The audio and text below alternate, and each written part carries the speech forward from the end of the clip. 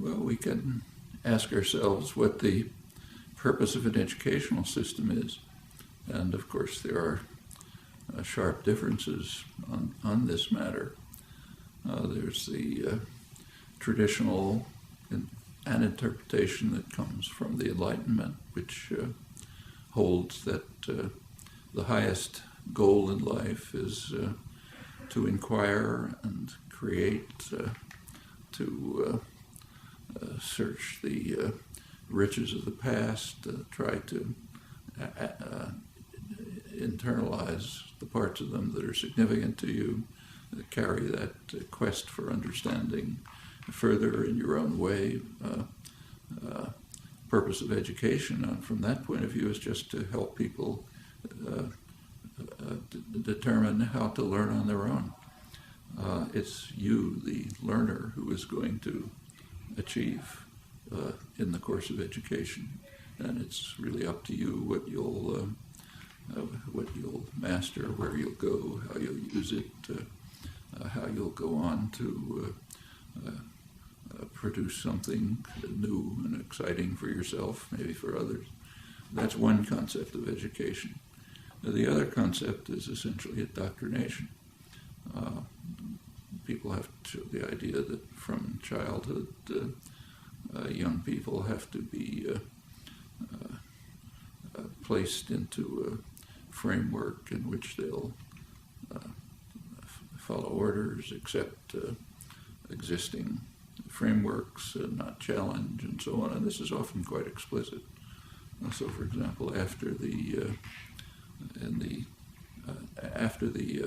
activism of the 1960s, there was great concern across much of the educated spectrum that young people were just getting too free and independent, that the country was becoming too democratic, and so on. And in fact, there's an important study on what's called the crisis of democracy, too much democracy, arguing that claiming that there are certain institutions responsible for the indoctrination of the young.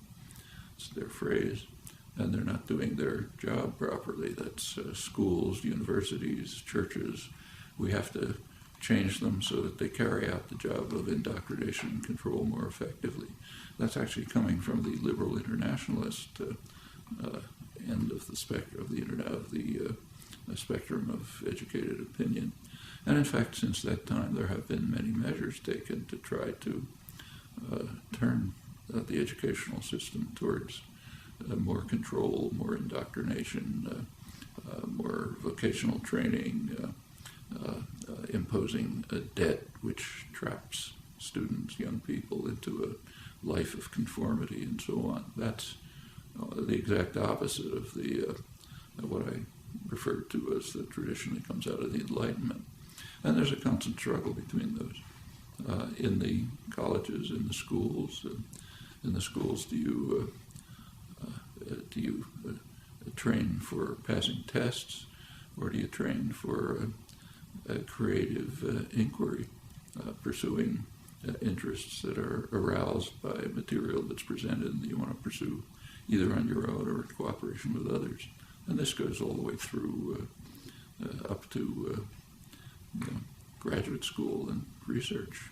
Just two different ways of looking at the world. When you get to a research institution like the one we're now in, at the graduate level, it essentially follows the Enlightenment tradition. In fact, science couldn't progress unless it was based on inculcation of the urge to challenge, to question doctrine, question authority, search for alternatives, use your imagination, act freely under your own impulses. Cooperative work with others is constant, as you can see just by walking down the halls.